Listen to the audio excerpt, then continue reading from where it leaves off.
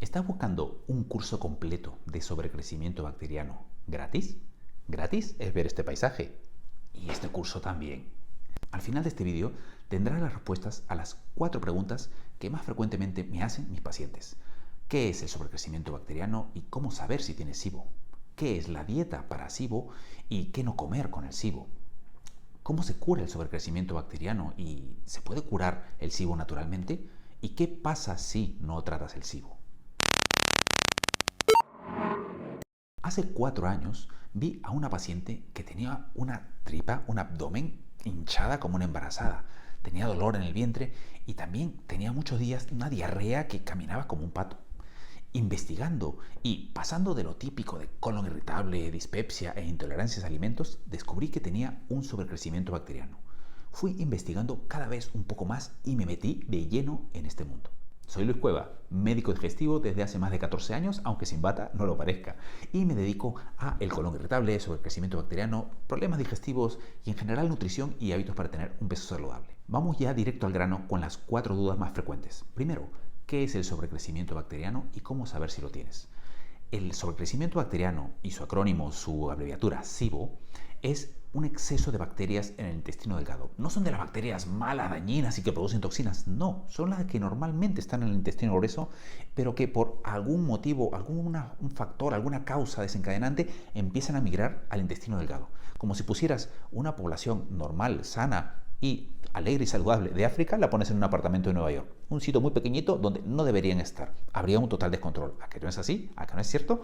Pues bien, para diagnosticar el SIBO, para saber si lo tienes, tienes que tener ciertos síntomas que son compatibles con ello, ¿no? Como por ejemplo hinchazón, puede haber dolor, puede haber diarrea, estreñimiento y muchos otros síntomas más, incluso no digestivos. Pero no solo eso, tiene que comprobarse que haya un exceso de bacterias en el intestino delgado. Es decir, para estar seguros que hay un sobrecrecimiento bacteriano, tienen que haber los síntomas compatibles y alguna prueba que realmente verifique que tienes ese exceso de bacterias.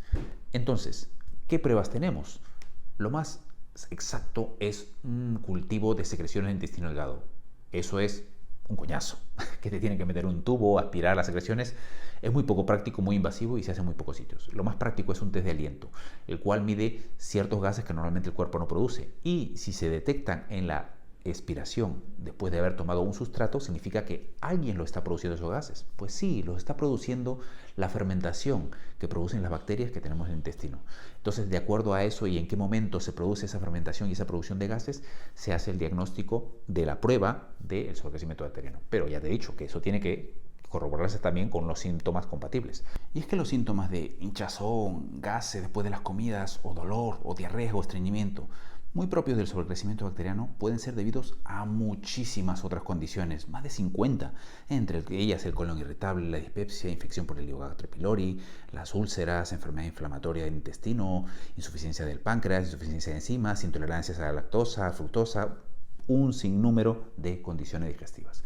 Por eso es que es necesario un test de aliento para corroborarlo. Y esto es exactamente lo que le había pasado a la paciente que te conté al principio, que se había pensado en muchas cosas, pero nunca se había pensado en un sobrecrecimiento bacteriano hasta que le hicimos la prueba y dimos con ello. Si quieres saber más sobre los síntomas digestivos del SIBO, los síntomas no digestivos o incluso otras enfermedades asociadas que aparentemente no tienen relación, pero que pueden hacer sospechar que tengas un sobrecrecimiento bacteriano, así como también el test de aliento y todas estas cosas de cómo se diagnostica, tienen varios vídeos sobre todo ello y te dejaré algunos enlaces en la descripción y los podrás ver aquí en la lista de reproducción luego. Vamos con la segunda duda frecuente. ¿Qué es la dieta para el SIBO y qué no comer con el SIBO? Dejémonos de tonterías. No hay una dieta mágica para el sobrecrecimiento bacteriano ni un listado exacto de alimentos a comer o evitar. Es cierto que hay un grupo de alimentos que suelen caer peor y suelen ser desaconsejados en el SIBO. Y de hecho te hablo mucho de ello en varios vídeos que tengo en esta lista de reproducción y te dejaré enlaces en la descripción. Pero, como te dije al principio, a esta paciente, llamémosle Ana, ella ya estaba comiendo saludable, comía mayormente frutas, verduras, no era vegetariana, pero comía eso en su mayoría y aún así, como quizá te pasa a ti, tenía muchas molestias y iban incluso cada vez peor. ¿Y esto por qué es? Porque muchos de estos alimentos saludables, frutas y verduras, tienen ciertos pequeños carbohidratos que se les conoce con el acrónimo de FODMAPs, que si no sabes lo que es, ya lo buscas tú en Google luego, pero en resumen son pequeños carbohidratos difíciles de digerir para la mayoría de personas, pero para las personas que tienen colon irritable, sobrecrecimiento bacteriano o incluso algunos tipos de intolerancias, les suelen caer peor y suelen desencadenar los síntomas. ¿Y por qué suelen desencadenar los síntomas? Porque básicamente nosotros no las digerimos prácticamente, pero las bacterias sí, y les encanta, es su comida preferida. Entonces, si le das mucho de eso, de esa fruta y verdura, que quizá es muy saludable, sí, pero ni siquiera llega al intestino grueso para nutrir tu microbiota intestinal saludable, sino que en el intestino delgado, en la primera porción, ya se la están papeando ese exceso de bacterias que no deberían estar ahí, eso empieza a provocar los síntomas e inflamación en el intestino delgado. Por eso es que al hacer cualquiera de estos tipos de dietas para SIBO, muchas veces basadas en baja cantidad de alimentos fermentables, baja cantidad de FODMAPs, etc., todas ellas llegan a mejorar los síntomas inicialmente, sobre todo la distensión, la hinchazón, el dolor o la diarrea incluso. Como te digo, hay varios tipos de dietas para el SIBO y no todas tienen 100% de evidencia científica. La que más evidencia tiene y la más estudiada es la dieta baja en FODMAPs. ¿Y esto por qué? Porque se ha estudiado mucho, sobre todo para el colon irritable, que es una condición que tiene aproximadamente el 10% de la población mundial. Y que, curiosamente, desde hace muchos años se sabe que las personas que tienen colon irritable, que muchas veces no se sabe la causa, curiosamente, entre el 40, 50, 60% de los que se pensaba que era solamente un colon irritable, tienen de fondo, como causa de los síntomas del colon irritable, un sobrecrecimiento bacteriano. Total, que aparte de la dieta baja en FODMAPs, también hay algunas otras dietas como la dieta baja en carbohidratos específicos, la dieta de baja fermentación del Hospital Cedars-Sinaí y algunas otras más. Si quieres tener una mejor idea de qué alimentos son más o menos bien tolerados en el SIBO y qué alimentos suelen caer peor y es mejor evitar, te dejo también enlaces a un par de vídeos que tengo en mi canal, en esta lista de reproducción del SIBO. Te dejo aquí en la descripción enlaces a esos vídeos. Bueno, ¿qué? ¿Te está sirviendo todo esto? Anda, suscríbete para que YouTube te avise cuando publique cualquiera de estos vídeos sobre sobrecrecimiento bacteriano y problemas digestivos e intolerancias alimentarias. Vamos con la tercera duda frecuente. ¿Cómo se cura el sobrecrecimiento bacteriano? Aunque puedas pensar o creer que el sobrecrecimiento bacteriano es como una infección urinaria quizá, que le das una tanda de antibióticos y listo, no es tan simple como eso. Muchas veces el SIBO mejora con los antibióticos y se quitan casi totalmente los síntomas, pero luego en casi hasta el 50% de los casos hay recaídas. Y esto es porque hay factores que predisponen a las recaídas.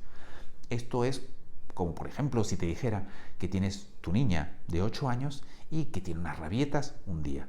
Lo que podrías hacer quizá para aplacar los síntomas que te está rompiendo los tímpanos es ponerte unos tapones, pero eso no elimina el problema. Eso es lo que decimos en SIBO la primera línea de tratamiento.